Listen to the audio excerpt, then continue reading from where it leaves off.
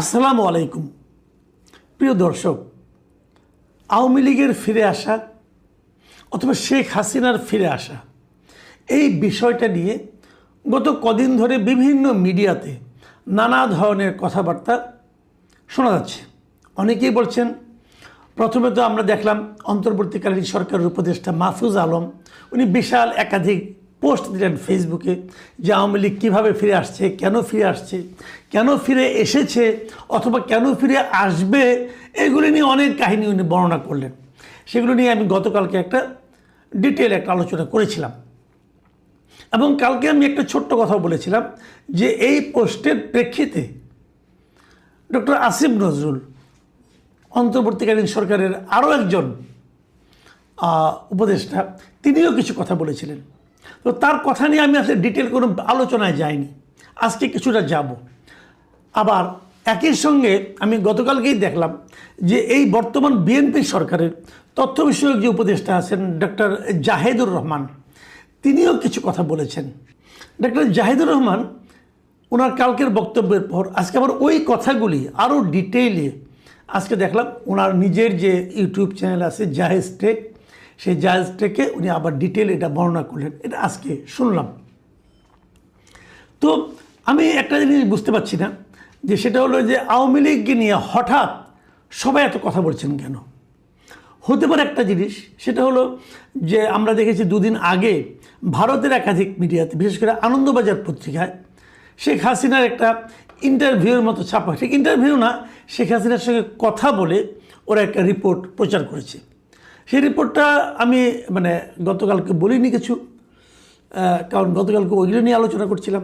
তো আজকে দেখলাম যেহেতু ডক্টর জাহেদুর রহমান ডিটেল ওই রিপোর্টটা নিয়ে কথা বললেন, তাই আমি বুঝলাম যে শেখ হাসিনার ওই বক্তব্য নিয়ে কথা বলা তাহলে কোনো ঝামেলা নাই। কারণ আওয়ামী লীগের উপর তো এক ধরনের রাজনৈতিক নিষেধাজ্ঞা আছে যে জয় বাংলা বলেও লোকজনকে ধরে নিয়ে যাচ্ছে। তো শেখ হাসিনার বক্তব্য যদি প্রচার হয় একদম টু দ্য পয়েন্ট ওইদিকে বলে, তো সেটা আবার কোনো অন্যায়ের মধ্যে পরে আমি তো বুঝতে পারছি না। কারণ এটা তো নির্ভর করে আইন কোনটা হবে কোনটা হবে না, এটা তো বুঝতে পারি না যে কোনটা বললে আবার পলিটিক্স হয়ে যাবে কি না। কারণ জয় বাংলার মতো একটা নিরপরাধ স্লোগান, যেটা নাকি সবারই স্লোগান হতে পারতো, সেটা লেখার কারণে লোকজনকে ধরে নিয়ে পেটানো হচ্ছে, এটা আমরা দেখেছি। তাহলে এখানে কি হবে? আমরা কি শেখ হাসিনার বক্তব্যকে আলোচনায় আনতে পারবো? এটা নিয়ে কিন্তু দ্বিধাদ্বন্দ্ব ছিল। কিন্তু এটা দেখলাম যে আমাদের একটা পত্রিকা, একাধিক পত্রিকায় দেখলাম তারা এটা ছেপেছে বা জাহিদুর রহমান সাহেব কথা বলছেন, কাজে আমি এখানে কিছু কথা বলতেই পারি। দুটো জিনিস, শেখ হাসিনার কয়েকটা বক্তব্য আমি ওখান থেকে আপনাদেরকে পড়ে শোনাবো। উনি কি বলেছেন? উনি বলেছেন একটা জিনিস, সেটা হলো যে আমাকে 19 বার হত্যার চেষ্টা করা হয়েছে 2024 থেকে 2024-এর 21 আগস্টে গ্রেনেড হামলা করে তার দলকে নিশ্চিহ্ন করার চেষ্টা করা হয়েছে। তারপর উনি বলেছেন কিন্তু ধ্বংস করা যায়নি এবং সৃষ্টিকর্তা যেহেতু বাঁচিয়ে রেখেছেন, আমি দ্রুতই বাংলাদেশের মাটিতে ফিরব, মাথা উঁচু করে দেশে গণতান্ত্রিক পরিবেশ ফেরানোর গর্ব নিয়েই ফিরব। এই যে কথাটা বলেছেন, এই কথাটা নিয়ে দেখলাম ডাক্তার জাহিদুর রহমান মোটামুটি একটু রসিকতাই করলেন এবং উনি এটাকে অসম্ভব বললেই মনে করলেন। দেখুন, আমি একটা কথা বলি, রাজনীতিতে অসম্ভব বলে কিছু নাই, রাজনীতিতে অসম্ভব বলে কিছু নাই। আমি জাহিদুর রহমান সাহেবকে বলি, আপনি কি ভেবেছিলেন তারেক রহমান এভাবে মাথা উঁচু করে দেশে ফিরতে পারবেন? পারেননি, কিন্তু উনি তো ফিরেছেন। ওনার বিরুদ্ধে মামলা ছিল, সেই মামলা ওনাকে যাবজ্জীবন কারাদণ্ডও দেওয়া হয়েছিল, উনি তো দেশের প্রধানমন্ত্রী হয়েছেন। রাজনীতিতে অসম্ভব বলে কিছু নেই। আজকে যেটা আপনি ব্যাখ্যা করছেন, কালকে এই ব্যাখ্যা দেখবেন চেঞ্জ হয়ে যেতে পারে। কাজেই এত গ্যারান্টি দেওয়ার কিছু নেই, ভাবার চেষ্টা করেন। বরং আমি মনে করি চিন্তা করা দরকার যে কেন কি হয়, কোন ঘটনার পেছনে কি হয়। আজকে যেটা শেখ হাসিনা বলতেছেন, কেন বলতে পারছেন? এই যে শেখ হাসিনা বলতে, দেখুন আমি কিন্তু ভাই আওয়ামী লীগ করি না, আমি আবারও বলছি, যারা আওয়ামী লীগ করেন তারা আমাকে আওয়ামী লীগের ভাষ্যকার মনে করবেন না প্লিজ। আবার যারা বিএনপি করেন তারাও আমাকে আওয়ামী লীগের ভাষ্যকার মনে করে ঘৃণা করবেন না প্লিজ। আমি আওয়ামী লীগ লোকের আমাকে ভালোবাসা অথবা ঘৃণা করে কোনোই আমি চাচ্ছি না। আমি আমার অবস্থান থেকে কেবল ব্যাপারটা ব্যাখ্যা করছি। বিষয়টা হলো এরকম, শেখ হাসিনা মাথা উঁচু করে ফিরতে পারবেন কি পারবেন না, এটা জাহিদুর রহমান সাহেব কি ভাবেন কিংবা কি বলেন তার উপর নির্ভর করে না। তারেক রহমান ফিরতে পারবেন কি পারবেন না, এটা নিয়ে ওবায়দুল কাদের সাহেব, হাসান মাহমুদ সাহেব অনেক কথা বলেছিলেন। তাদের কথার উপর কিন্তু তারেক রহমানের ফেরা না ফেরাটা নির্ভর করে নাই। এই একই রকম জাহিদুর রহমানের কথার উপর আওয়ামী লীগের অথবা শেখ হাসিনা ফেরা না ফেরা নির্ভর করে না। নির্ভর করে কিসের উপর জানেন? নির্ভর করে যারা সরকারে থাকবেন, এই জাহিদুর রহমান সাহেবরা, ওনারা কি আচরণ করছেন, ওনারা কথা বলতে যে কতটা বিনয়ের সঙ্গে বলছেন অথবা কতটা দম্ভের সঙ্গে বলছেন, ওনাদের কথা এবং কাজের কতটুকু মিল আছে, তার উপর নির্ভর করে। আপনারা যদি দেশটাকে ভালোভাবে চালাতে পারেন, কেউ ভাববে না বিকল্প কারো কথা, তাহলে শেখ হাসিনার কথা আসবে কোত্থেকে? আসবে না। আর আপনি যদি দেশটাকে ভালোভাবে চালাতে না পারেন, জনগণ যেভাবে দেশটা চলুক বলে চায় যদি সেভাবে চালাতে না পারেন, তাহলে আপনারা যতই চিৎকার করেন, যতই আওয়ামী লীগের দোষ ধরেন, যতই শেখ হাসিনাকে দানব হিসাবে প্রমাণ করার চেষ্টা করেন, জনগণ তার কোনোটাই মানবে না। এটাই নিয়ম।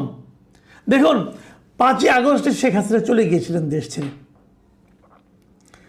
শেখ হাসিনা সরকারের পতন হয়েছিল, একদম বাড়ির ঘরের মতো সব ভেঙে পড়ে, ঝুরঝুর করে ভেঙে পড়েছিল। শেখ হাসিনার মন্ত্রীরা যে জেলখানায় যাননি, তারা সবাই বিদেশে চলে গেছেন। তার মানে দেশে থাকার তাদের সে আত্মবিশ্বাসটা পর্যন্ত ছিল না। এরা সবাই অপরাধী, আমি মনে করি, আমি পার্সোনালি মনে করি এরা সবাই অপরাধী, এদের বিচার হওয়া উচিত, এটা আমার কথা। কিন্তু সব বিচার সবসময় হয় না। 21শে আগস্ট 2024 আওয়ামী লীগের অফিসের সামনে গ্রেনেড বিস্ফোরিত হয়েছিল, প্রায় 44 জন লোক মারা গিয়েছিল। কে মেরেছে আমি জানি না, কিন্তু বিচার হওয়া উচিত। বিচার হয়নি, বিচার তো হয়নি। কি বলবেন? বিএনপি একটা তদন্ত করেছিল, আওয়ামী লীগ আরেকটা তদন্ত করেছিল। দুই তদন্তই বর্তমান সময়ে যারা বিচার বিভাগ তারা গ্রহণ করেনি।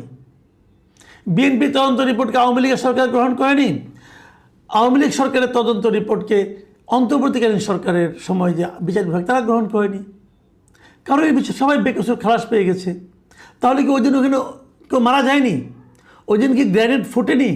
ফুটেছে, বিচার হয়নি। সব বিচার হয় না, এই দেশে সব বিচার হয় না। আপনি কী করবেন? কেন হয় না জানেন? হয় না এই কারণে যে পরবর্তী সরকার যখন পূর্ববর্তী সরকারের চেয়েও ভয়ঙ্কর পরিস্থিতি তৈরি করে, পূর্ববর্তী সরকারের চেয়ে খারাপভাবে দেশ পরিচালনা করে, তখন পূর্ববর্তী সরকারের অনেক অপরাধ জনগণ ভুলে যায়। এটাই বাংলাদেশের প্রকৃত চিত্র। অন্তর্বর্তীকালীন সরকার যদি আওয়ামী লীগ সরকার যেভাবে দেশ চালিয়েছিল তার চেয়ে অনেক ভালোভাবে গণতান্ত্রিক প্রক্রিয়ায় সুস্থভাবে দেশটা চালাতে পারত, তাহলে শেখ হাসিনার কথা তো আগের সরকারের কথা কেউ মনেও করতো না। সবাই অন্তর্বর্তীকালীন সরকারকে জয় জয়কার বলতো। তারা সেটা পারেনি। শেখ হাসিনার এক পিয়ন 400 কোটি টাকা চুরি করেছিল, শেখ হাসিনা নিজে বলেছিলেন। কয়েকদিনে, কত বছরে? 15 বছরে। আর অন্তর্বর্তীকালীন সরকারের একজন এপিএস 300 কোটি টাকা চুরি করেছে বলে আলোচনা হয়েছে, দুদকে মামলা হয়েছে। সেই মামলাকে থমকে রাখা হয়েছে কয় মাসে? 6 থেকে 7 মাসে। তো এই দুর্নীতি পেয়ে আগে দুর্নীতির কথা সবাই ভুলে গেছে, এবং যে কারণে অন্তর্বর্তীকালীন সরকারের আমলেই অনেককে আমি বলতে শুনেছি আগেই ভালো ছিল। এটা কিন্তু আপনি এতটাই খারাপ করেছেন যে লোকে আগের কথা স্মরণ করছে। আবার এখন বিএনপি সরকার আসছে, এখন বিএনপি সরকার কি করবে? তারা মাত্র 3 মাস হলো, কিন্তু বিএনপি সরকার কি করবে কি না করবে তার উপর নির্ভর করবে আগের কে ভালো ছিল কে খারাপ ছিল। বিএনপি সরকার যদি এমনভাবে দেশ চালায় যে কথা কম কাজ বেশি, যে জিনিসটা আমরা প্রধানমন্ত্রীর মধ্যে দেখতে পাচ্ছি, তাহলে দেশে একভাবে চলবে। আর যদি ডাক্তার জাহিদুর রহমানের মতো কথা বেশি কাজ কম করেন, তাহলে আরেকভাবে চলবে। আপনি প্রেস ব্রিফিং করছেন, তারপরে আপনার মন ভরছে না, আপনাকে আবার ইউটিউব করতে হচ্ছে ব্যাখ্যা দেওয়ার জন্য। কথা তো বেশিই বলছেন ভাই, কাজ কি হচ্ছে? আপনার সব কথা আমি নিজে বিশ্বাস করি না। দেখেন না, মনে আছে আমার স্পষ্ট একটা ঘটনা মতো, ওই দিন আমি হেসেছিলাম, আমি বেশি কিছু বলিনি, কারণ ডক্টর জাহেদকে আমি পার্সোনালি খুবই পছন্দ করি এবং আমি মনে করি যে উনি লজিক দিয়ে কথা বলার চেষ্টা আগেও করতেন, এখনও করবেন, এটাই আমার প্রত্যাশা। এপ্রিলের 16 তারিখে উনি বলেছিলেন যে জ্বালানি তেলের দাম বাড়বে না, অন্ততপক্ষে এই মাসে তো বাড়বেই না। তার 3 দিন পরে জ্বালানি তেলের দাম বেড়েছিল। তাহলে উনি এটা বলতে গেলেন কেন? তাহলে হয় উনি হয়তো বলবেন আমি চেয়েছি না বাড়ুক, হ্যাঁ হতে পারে, তাহলে সেটাই বলতেন।